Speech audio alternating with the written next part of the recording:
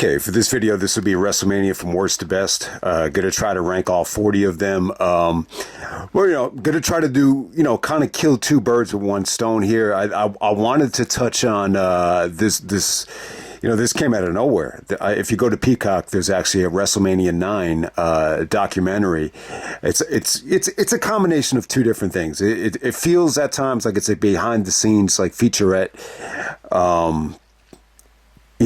And it doesn't really surprise me that they did this. They try to act like this is the first time they're unveiling the footage. If anyone remembers the history of WrestleMania, you saw like a lot of these shots behind the scenes. You remember Vince wearing the Mickey Mantle jersey and, talking to Shawn Michaels about, the crowd noise going up.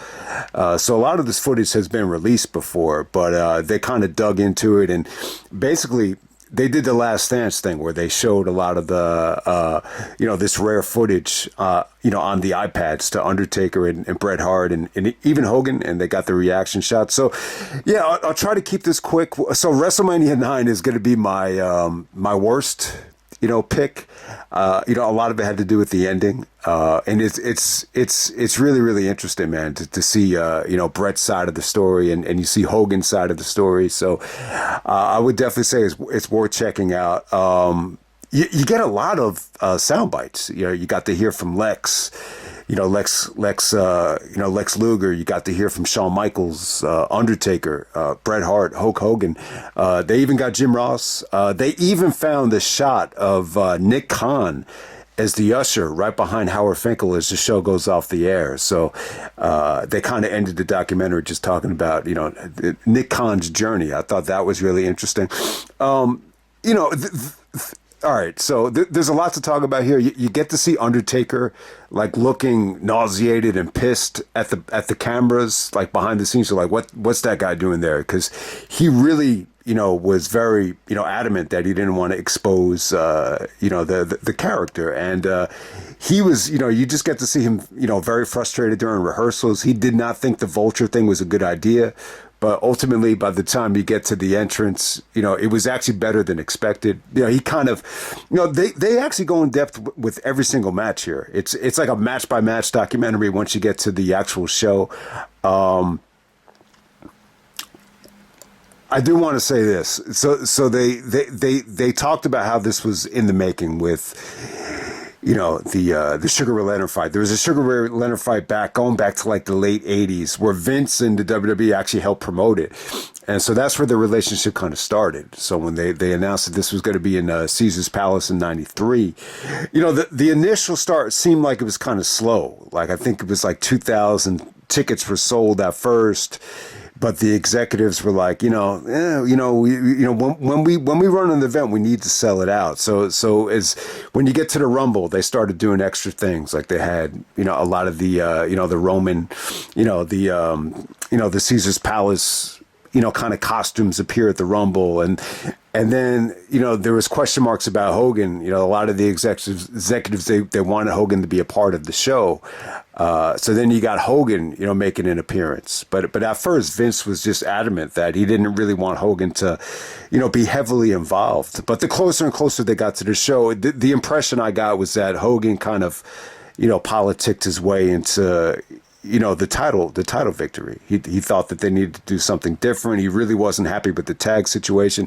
And they go really in depth into the Hogan accident, which was really scary, man. I mean, so, you heard rumors that it was a jet ski accident. Brutus the Barber Beefcake is actually coming off of the parasailing accident, which is why he has the mask on. But Hogan, it seemed like it was when I'm hearing the details about the jet ski accident, like Hogan's very lucky. He's lucky that he didn't lose his eye. The ski hit him right in the eye and he had a black eye, had to get stitches. So, really, really weird stuff about the physical. Vince actually said to Hogan, like if you're not wrestling unless you pass the physical. And then Hogan actually, came up with the story to the doctor about how Macho Man punched him in the eye, and that's why he has a black eye, so he would pass the physical. So it almost became like an urban legend that, Macho Man or Savage ran into him before WrestleMania and punched him in the eye. So some people bought the story, and, but it seems to me like the real story was, the jet ski accident. I really don't buy the Macho Man thing. So, apparently after the show was over, Savage actually gave Hogan shit about the ending. He's like, Hogan, why don't you just take the tag belts while you're at it? So I thought that was a funny part of it. But yeah, I mean, a lot to get into in terms of, the family-like atmosphere with actually setting up the show. You get to know like a lot of the ring crew and a lot of the guys that were, training some of the animals like the elephants and all that stuff. So yeah, I mean, at times it really felt like, all right, this is just like BTS, which is behind the scenes.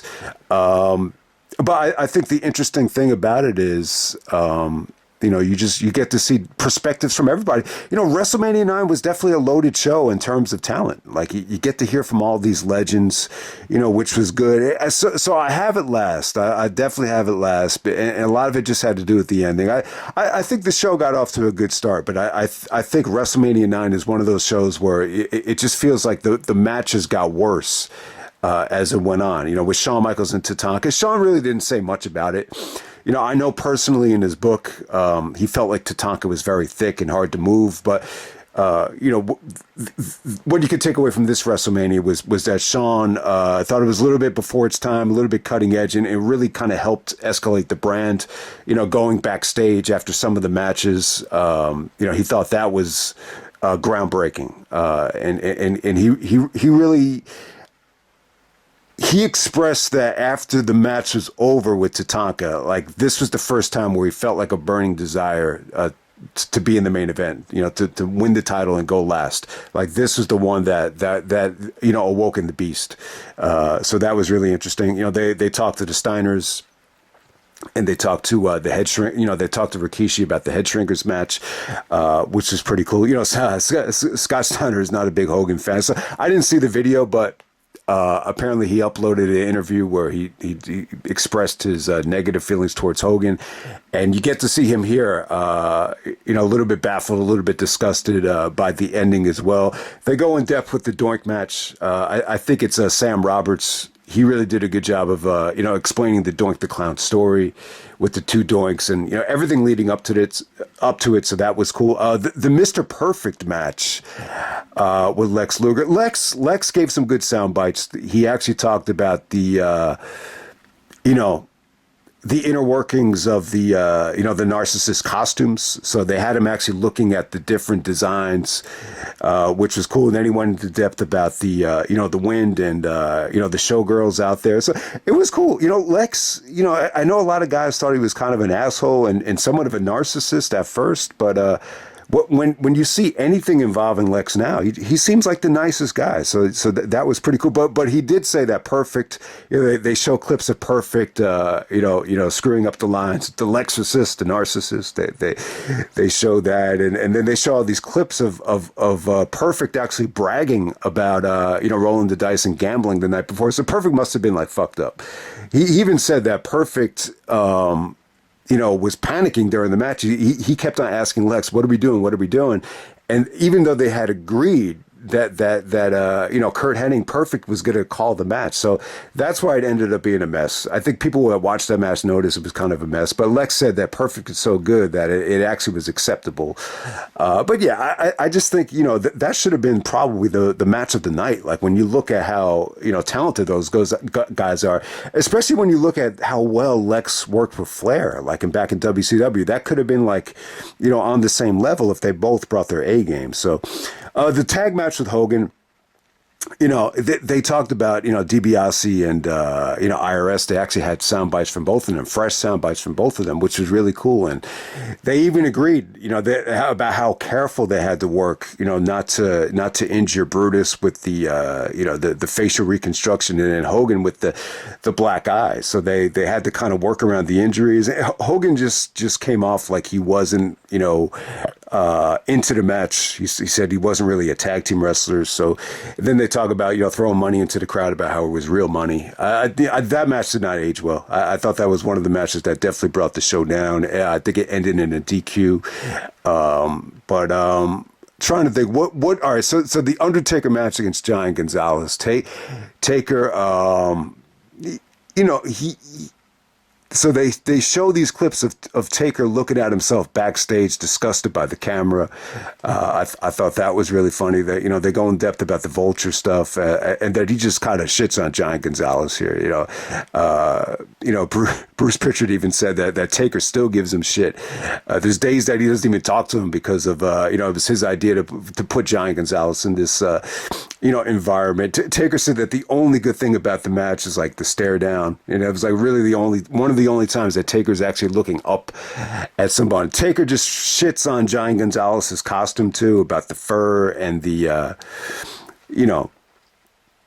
the airbrushed, costume. Just wasn't a big fan of it. Just said that there's no way like anybody could take this dude seriously. And I mean, even other guys, I think even Lex, were very critical of, Giant Gonzalez being in that spot. It's one of the worst WrestleMania matches of all time. And it's definitely become like the marquee attraction to use for, Taker, kind of a symbolic attraction for Taker to be stuck with these, horrible gimmicks and horrible workers over the years. So, how bad the match is. So it was interesting, but Taker overall had a positive spin. He puts a positive spin on everything. I'm telling you, man, Taker, the reasoning and the him just being so articulate and just really, it's been a pleasant surprise. Just for him to pull the curtain back and just get to know him as a person, because he really does give good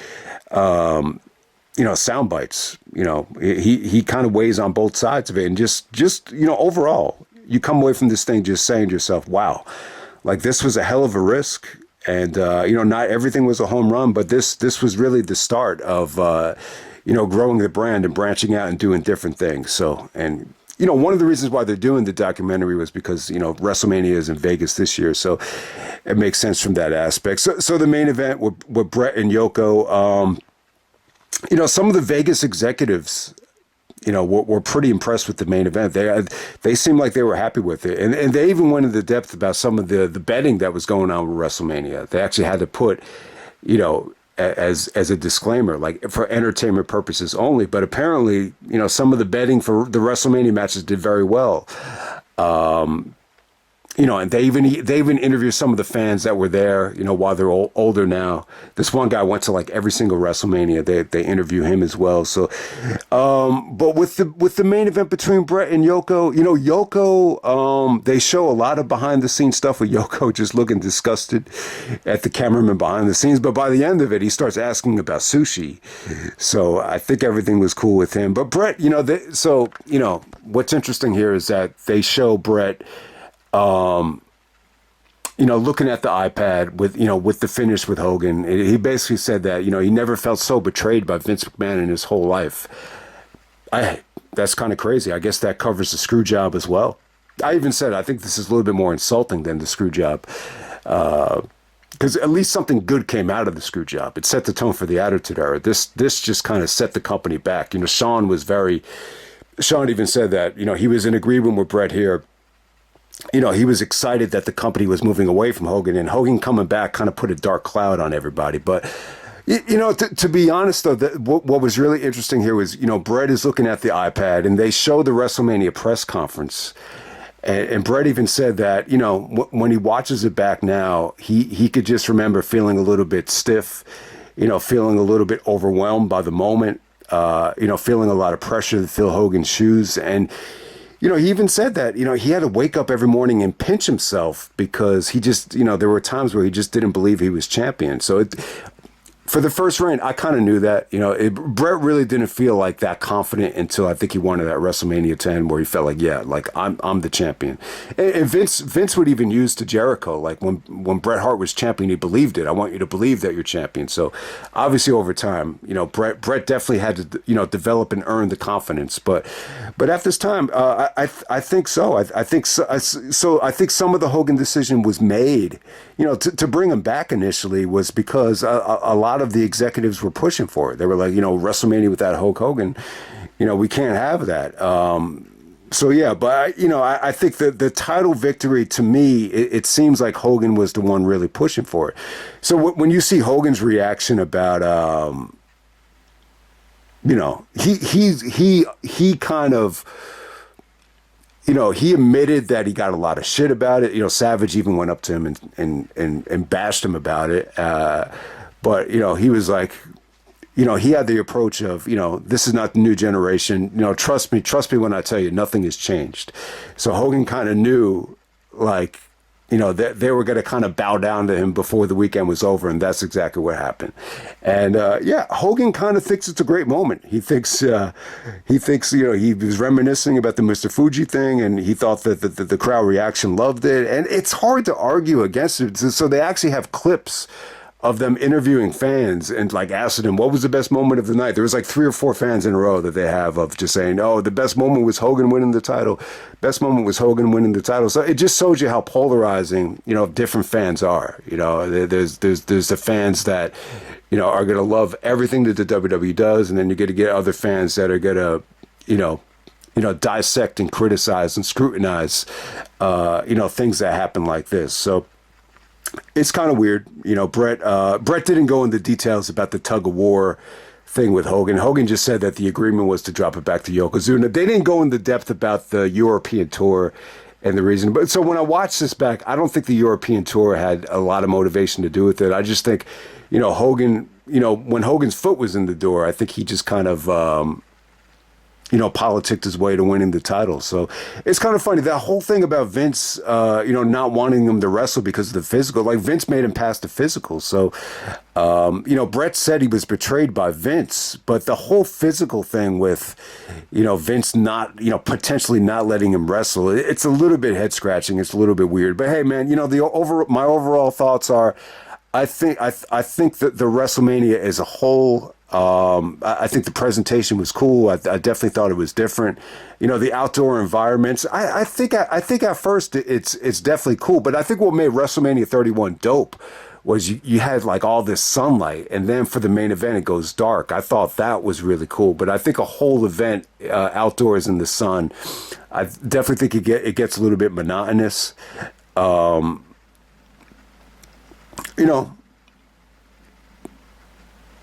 The Caesar's Palace theme with the toga suits and everything, and the elephants.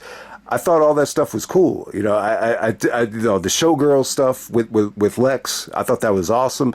So yeah, I think there's a lot to like about the presentation. I think the talent pool was pretty dope. From Brett to Hogan to Taker to Shawn. I mean, you definitely have some nice talent there.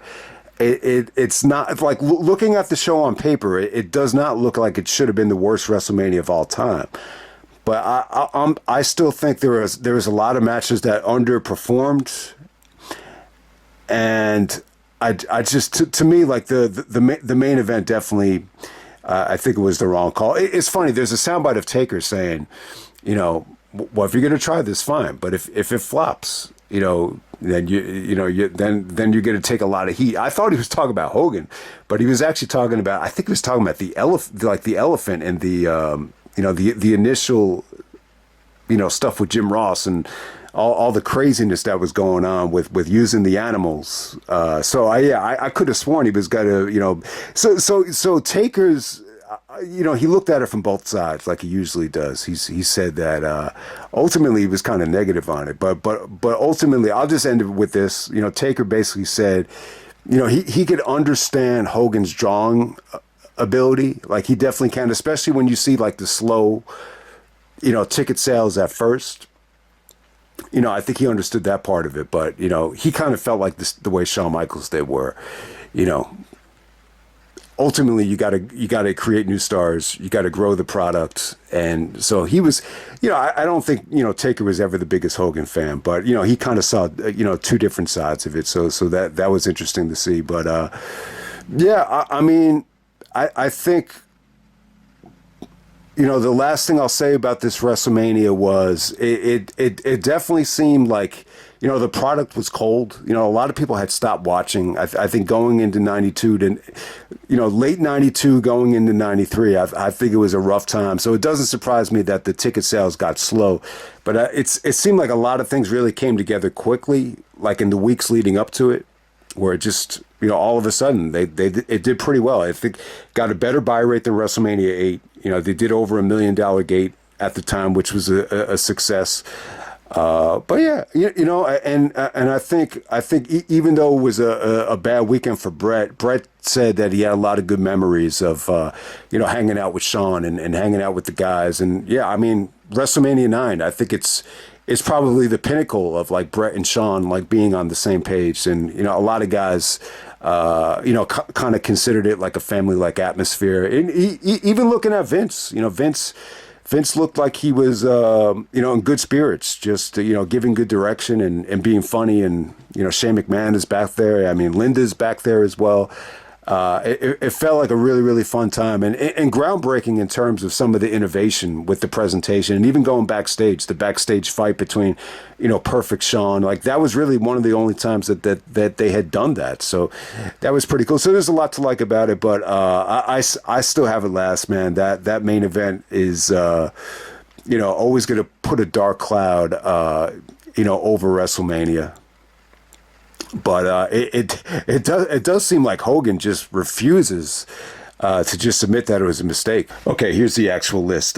Just a couple of things before we get going. I'm actually going to put the cage match ratings up so everybody could see. So I haven't looked at the ratings yet, but I want to have the rating for each WrestleMania in the background, just to kind of have fun with it and compare it, to the cage match.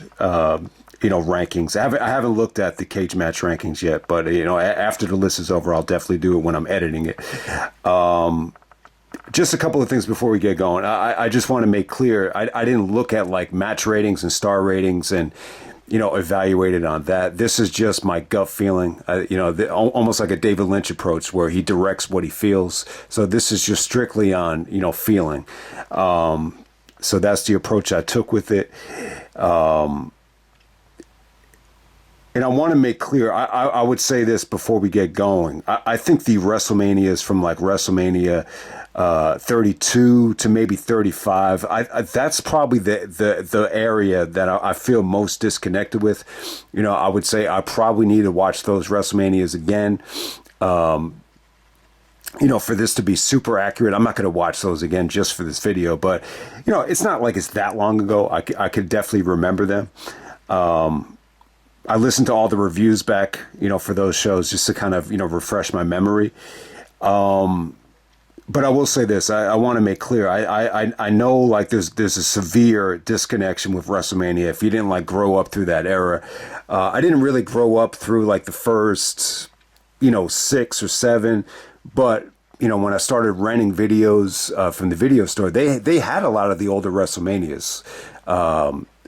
I even think that they might have even had the first WrestleMania. So they had, going into the 90s, most of the video stores I had, whether it be Ippies or whether it be, Camera Video or Video Show Place or the RX Place, those are the video stores, when I was a kid, and they pretty much had like all the WrestleManias, when we were growing up. So we were able to get them, even though like the first one I was able to live through was like WrestleMania 7, WrestleMania 8, I think WrestleMania 9. I actually rented it after the NBA Finals, and then so there we go with that. But let's get right down to the list. Ranked last. I'm not even going to number these. I'm just going to have it. So this is the list. Ranked last, we have WrestleMania 9, which I just talked about. So WrestleMania 9 would be last. Next up, we got WrestleMania 4, which was the tournament where Macho Man won. So yeah, I mean, if you want to hear more in depth, you could go back to the reviews, but I'm just going to try to keep this fast paced. Next up, we have WrestleMania 11. From the Hartford Civic Center, featuring Bam Bam Bigelow and Lawrence Taylor in the main event. Shawn Michaels goes for the title, but he comes up short. You have the celebrities out there, Pam Anderson and Jenny McCarthy.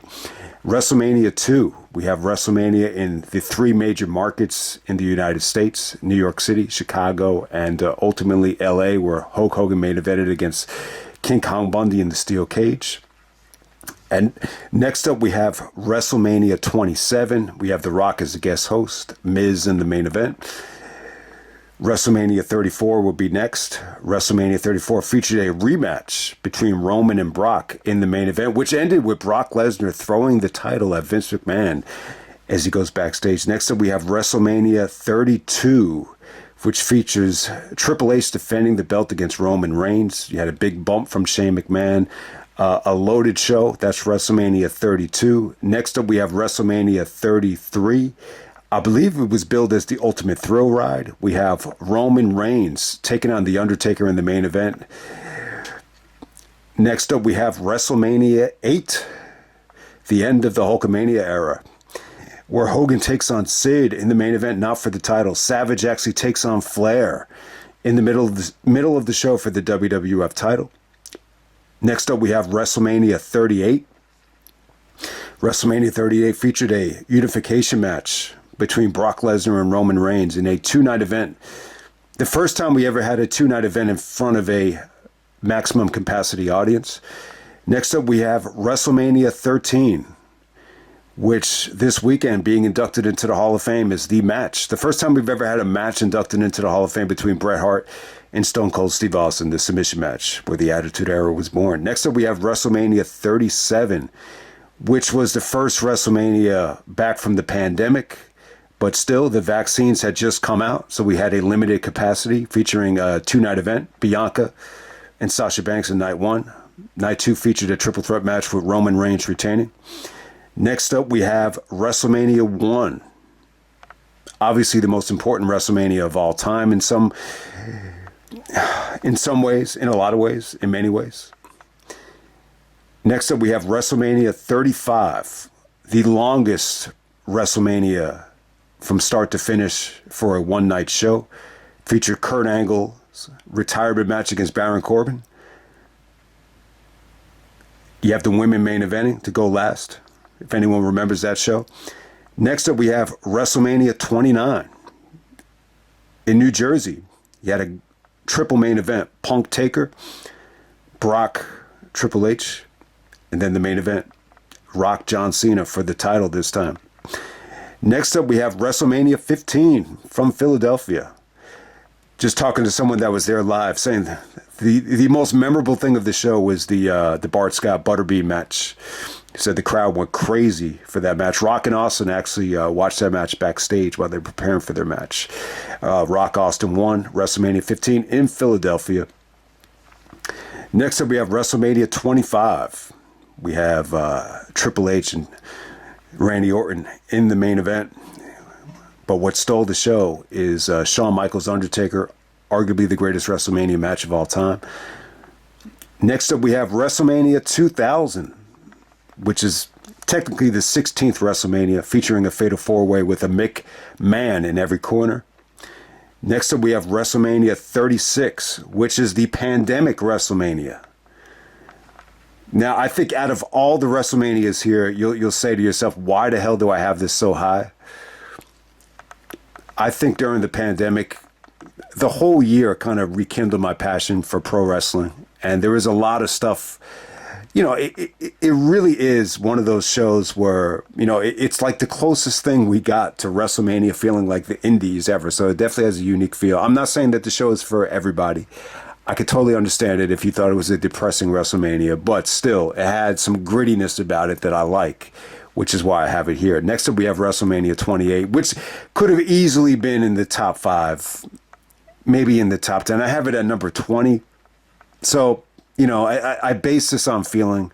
So if a large part of the show made me feel like shit, maybe that's why I have it this low. But still, to be in the top 20 is not bad. This show definitely had, you know, 3 incredible matches. So let's not get into it. But hey, you know, if you have it in the top 10, I'm not going to disagree with you. Next up, we have WrestleMania 26. This features Shawn Michaels' retirement match against The Undertaker to close the show. Next up, we have WrestleMania 24. You have Mayweather and Big Show. You had a really fun show. Really, really fun show. Undertaker closes the show with Edge in the main event. Next up, we have WrestleMania 30, which was also known as Yeselmania. You know, Daniel Bryan has a great match in the opener, has a great match to close the show. The streak is over. Brock Lesnar ends the streak. Cena Wyatt.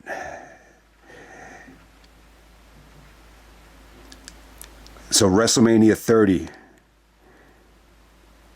Next up, we have WrestleMania 31. I think the best thing about WrestleMania 31, which I forgot to even mention in the review, is the beautiful weather. I think that the fact that you have beautiful weather, throughout the whole show, and then all of a sudden the main event turns to dusk, I think it was really cool. I think that's the coolest part about 31. And 31 was the most surprisingly good WrestleMania, I think, of the last decade. Next up, we have WrestleMania 23, which is, Donald Trump gets all the credit for the buy rate, possibly the biggest buy rate in WrestleMania history still, if you're looking at it from a worldwide standpoint.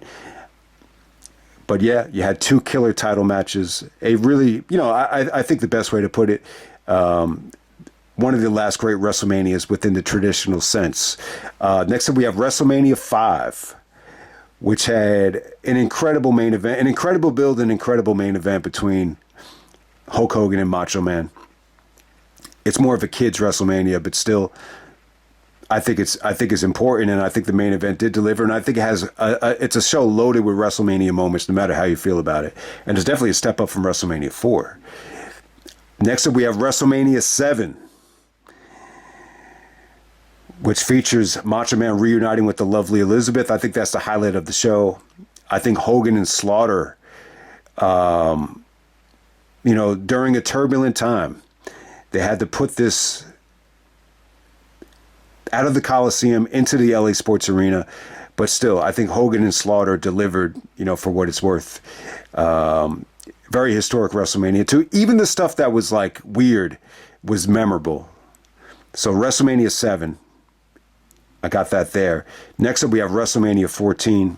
Mike Tyson gets involved. The start of the Austin era. It's an incredible ending. Definitely one of the more memorable WrestleManias. WrestleMania 14, you also had Kane and Undertaker on that show.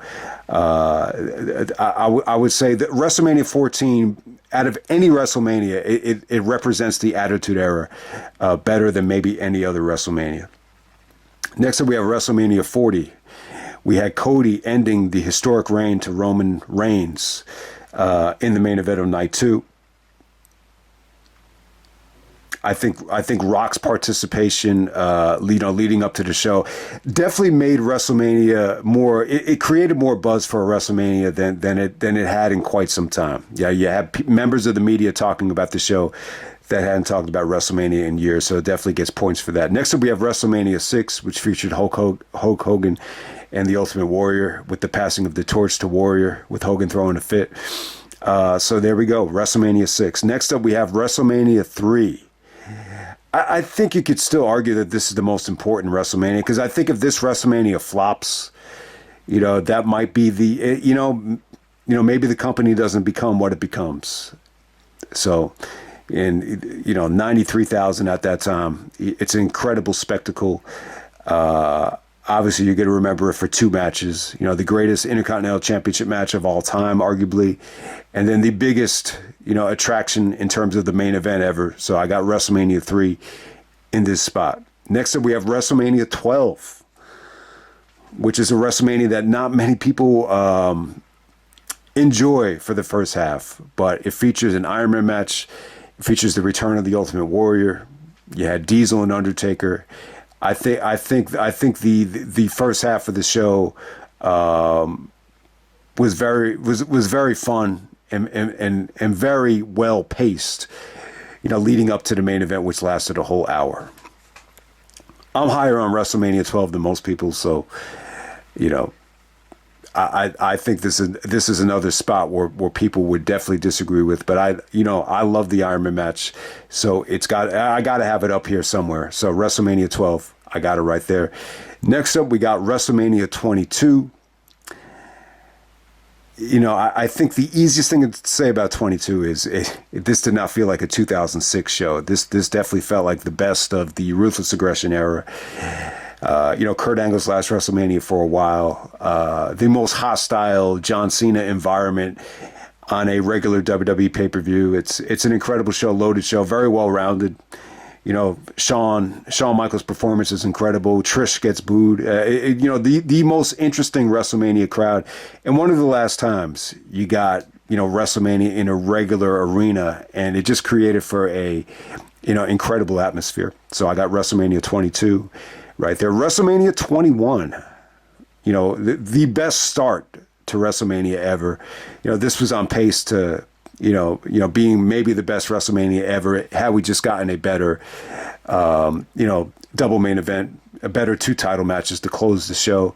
But when I look back on it now, I think Triple H Batista is good enough. I think it is good enough to kind of carry this thing, further up than people think it should deserve to be. And, just the start of the show, the whole start from Eddie Guerrero and Ray to Angle and Michaels was, pure euphoria. Definitely the most rewatchable WrestleMania, I think, in WrestleMania history. It definitely has the best replay value. I think Angle and Michaels has a ton of replay value. And that's why I think WrestleMania 21 should be so high. Next up, we have WrestleMania 39. I just think the quality for both nights was just there. I mean, that's the easiest way to put it. From a star rating standpoint, you probably did not have more depth than WrestleMania 39, so that's why I have it that high. Next up, we have WrestleMania 10. I think groundbreaking. I think it's innovative. You're rewarding someone, for climbing back to the top in Bret Hart. With giving him his big moment at the end. I think that's one of the best things about Vince. He was really good at giving guys their moment and the title, if they truly deserved it. And it's just funny how everything kind of fell through for Bret, a year after WrestleMania 9. So, and then obviously the ladder match is, groundbreaking, innovative. It changed, Shawn Michaels' trajectory, and it definitely changed the business. So you got to put WrestleMania 10 high. Even though most people think I overrated the show in terms of the rating, but I think this is a good spot for it in its historical context. Next up, we have WrestleMania 18. A lot of it is personal. This is the first pay-per-view party we had. I remember the feeling the next day in school. So this is all about feeling. It's all about feeling. It's all about buzz. How much did people talk about weeks after the show? I don't remember a WrestleMania where people were talking about it weeks and weeks and weeks after it happened. So it's the best nostalgia show ever, and it's one of those shows that I think you had to live through to fully appreciate it. It's easy to watch as hell too. I think someone just made the point. It's really one of the best paced WrestleManias, where it just doesn't feel like you're being tortured to sit through anything that you didn't want to sit through. Next up, we have WrestleMania 20. I think they did a great job with putting the right guys in the right title matches. Yes, I mean, I think Brock and Goldberg, severely held this back. I think if we had gotten the Brock and Goldberg match that we got at 33, and you put it here, I think more people would feel like WrestleMania 20 would be deserving of this spot. So WrestleMania 20, where it all begins again. Next up, we have WrestleMania 19. WrestleMania 19, featuring a loaded show, as Vince would say, maybe the most athletic WrestleMania ever, with the return of Shawn Michaels and, Brock Lesnar's first WrestleMania, putting a world-class Olympian like Kurt in the main event, and just having, other guys in the card, whether it's tag matches, whether it's women's matches, or whether it's, Booker T, going up against Triple H. It felt like such a incredible card. Kurt Angle even said it in the press conference. Every match we have here is a main event match. So, WrestleMania 19, man, it was so good. I think I just want to make this point. And I've stated this before, but the feeling that I had the next day in school after WrestleMania 19. I felt like I just escaped from like the best dream I ever had, and that was like the title of WrestleMania 19. I think it was Dare to Dream. And then at number 1 we have WrestleMania 17. Straight off of the WCW purchase. The timing of it was just surreal with the XFL and Vince, and Austin's heel turn, and Triple H and Undertaker, Angle Benoit. I just think this WrestleMania had everything. And definitely the highlight of Jim Ross's career. The best commentary ever at a WrestleMania with Jim Ross and Paul Heyman. So, and shout out to Jericho too. I think Jericho set the tone. That was definitely the tone setter of the night. So I got WrestleMania 17 from the Astrodome as the top WrestleMania pick. So hope everybody enjoyed the video. And I'm out.